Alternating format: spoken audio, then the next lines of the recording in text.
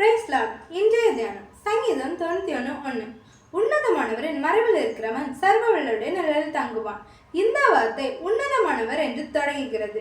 யார் இந்த உன்னதமானவர்? உன்னதமாகிய பரலோகத்தில் வாழும் ஜீவன் உள்ள கடவுளாகிய இயேசு கிறிஸ்து. அவருடைய மறைவில் நாம் இருக்க வேண்டும் என்றால் நாம் கடவுள் பயம் உள்ளவர்களாக இருக்க வேண்டும். தேவ பயம் நமக்குள் வர வேண்டும் என்றால் கடவுள் நமக்குள் எப்பொழுதும் இருக்கிறார் என்ற சிந்தை நமக்குள் வர வேண்டும்.